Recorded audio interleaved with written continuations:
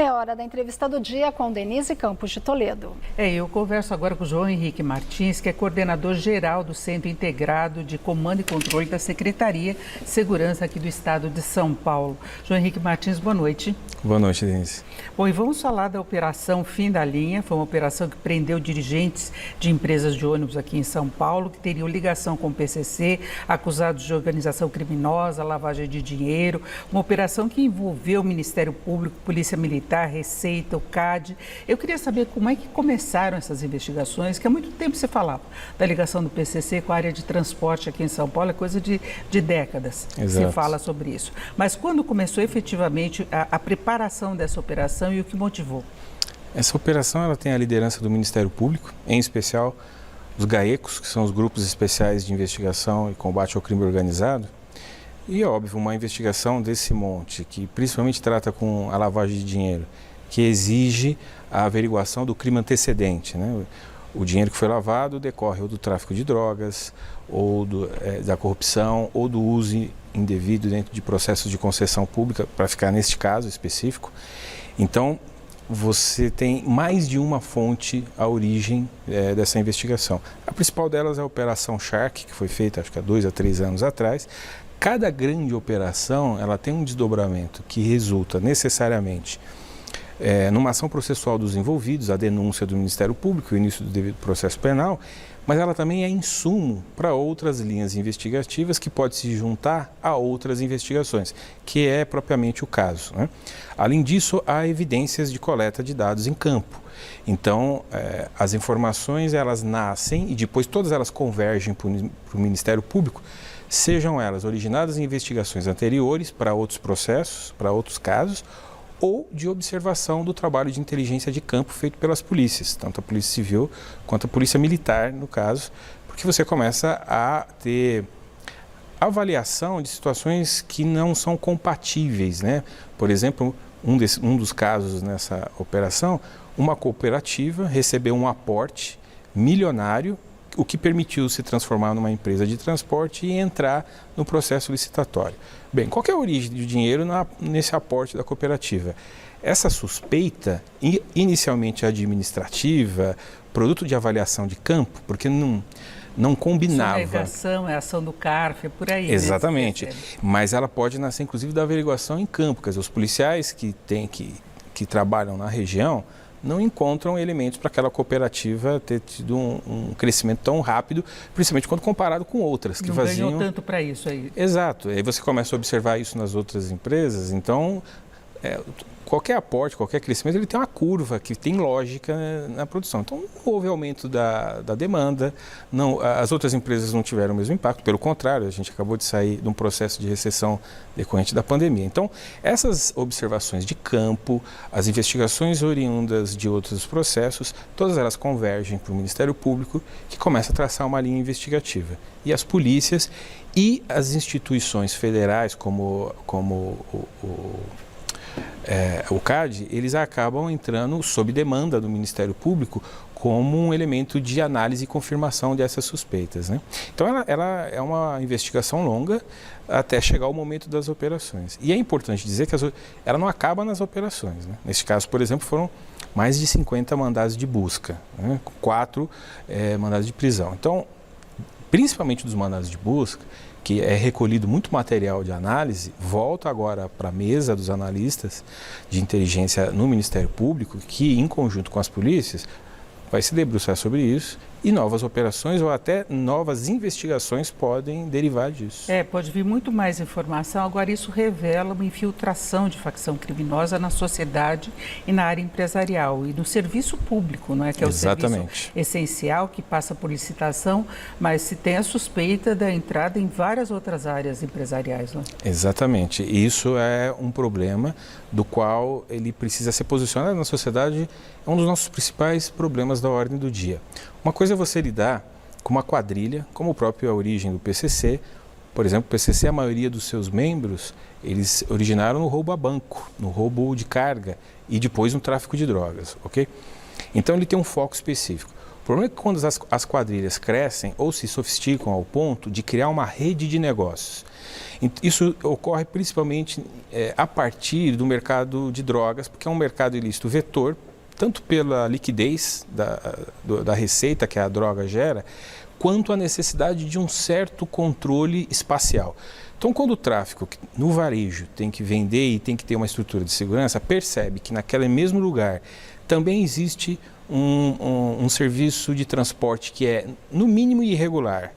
Quando ele percebe que tem postos de combustíveis, no mínimo, irregular, ele tende a também, ele começa cobrando taxa de quem está operando, num segundo momento, se for muito rentável, ele acaba absorvendo. E aí ocorre o que você acabou de descrever, ele entra em outros setores que seriam irregulares ou ilegais e começa a expandir. No caso dos transportes, não é só uma atividade regular, mas é uma concessão pública. Então, ele começa a operar dentro daquela lógica, como eu disse, inclusive fazendo aporte. Esse é o processo quando a gente sai do enfrentamento a um grupo que é uma quadrilha e passa a enfrentar uma máfia.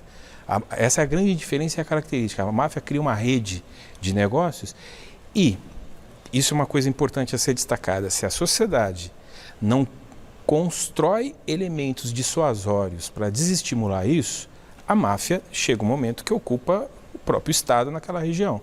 A gente viu isso na Itália, viu isso nos Estados Unidos. Tem que barrar esse avanço enquanto há tempo, que se combate muito as lideranças das facções e elas estão presas, mas mesmo de lá tem ordens aí e mudanças de movimentação dentro das ações criminosas e também nessa questão empresarial. Agora, tem um ponto que chamou a atenção também nessa operação, foi a relação de políticos que receberam doações. E se fala aí de depoimentos de Milton Leite, que é presidente da Câmara, e de Mauad Tato, que foi secretário na época em que Fernando Haddad foi prefeito. Se tem suspeita de algum envolvimento, eles seriam depoimentos como testemunhas? Especificamente, só o Ministério Público pode dizer isso, porque toda a operação e agora os desdobramentos, sobre o processo, inclusive estão sob sigilo, né? Quando se trata individualmente. O que a gente pode dizer é o seguinte, que quando essa rede de negócios se expande para atividades lícitas, é muito comum o envolvimento de atores políticos, né, sejam agentes, por exemplo, estatais, sejam, por exemplo, agentes policiais, judiciais, Ministério Público ou, eventualmente, atores políticos. Isso é muito comum dentro do processo evolutivo de uma estrutura de máfia. A gente não pode dizer exatamente se são esses dois. Eu citei os dois porque se falou que eles vão depor como testemunha, mas a relação é bem maior em relação aos políticos. Agora, é uma preocupação importante, né? E é por isso que todas essas investigações estão na elite do Ministério Público relacionado às investigações sobre crime organizado, porque ele pode variar em todas as ações. Precisa tomar muito cuidado, inclusive, com a área da polícia, da justiça também, pela infiltração, porque eles vão tentando dominar todos os espaços, até como proteção, não é? Exatamente. Agora, o governo de São Paulo, a secretaria sob o comando de Guilherme Derrite, também com a sua participação, está elaborando uma proposta de reforma do sistema de justiça criminal, com penas mais duras e outras propostas. Seria tendo como alvo as facções também, o combate ao crime organizado? Bem, esse é um trabalho que, na verdade, é uma ação liderada tanto pelo governador quanto o nosso secretário, Guilherme Derrite, que nasceu já há algum tempo. O secretário, na verdade, é deputado licenciado, né? Então, as ações dele no Congresso vão nesse sentido. Na verdade, ela obviamente faz parte da estratégia do enfrentamento ao crime organizado, mas ela está além dessa questão, Denise. É preciso ter um debate, nós entendemos que é preciso ter um debate e uma reformulação do sistema de justiça criminal, uma reforma, uma abordagem principiológica. Deixa eu me explicar um pouco melhor. Nos 200, 300 anos de desenvolvimento das repúblicas e das democracias consolidadas, o enfrentamento à barbárie do crime se dá a partir do instrumento civilizatório da prisão pós devido processo penal. Eu não erraria aqui se dissesse que o único instrumento de proteção da sociedade é a prisão depois do devido processo penal. A gente só consegue intimidar o crime, seja o crime organizado, seja o crime de rua, economicamente motivado, ou o crime passional, a violência doméstica, quando a gente tem uma estrutura adequada. A nossa avaliação é que nos últimos 40 anos houve um processo progressivo, com um pleonasmo, mas é exatamente isso. Esse processo ele foi para e passo desestruturando o instituto da prisão. Ao ponto que hoje, quando você prende um criminoso, percorre todo o ciclo do devido processo penal, que às vezes dura anos, a gente está sempre reclamando da dificuldade e da demora. Mas quando há uma sentença do juiz, e há várias, por exemplo, num crime organizado, o criminoso que foi condenado a 20 anos, ele não fica 20 anos preso, ele vai ficar algo em torno entre 4 e 6 anos, dependendo Progressão na pena. Progressão, saída temporária e todos os institutos.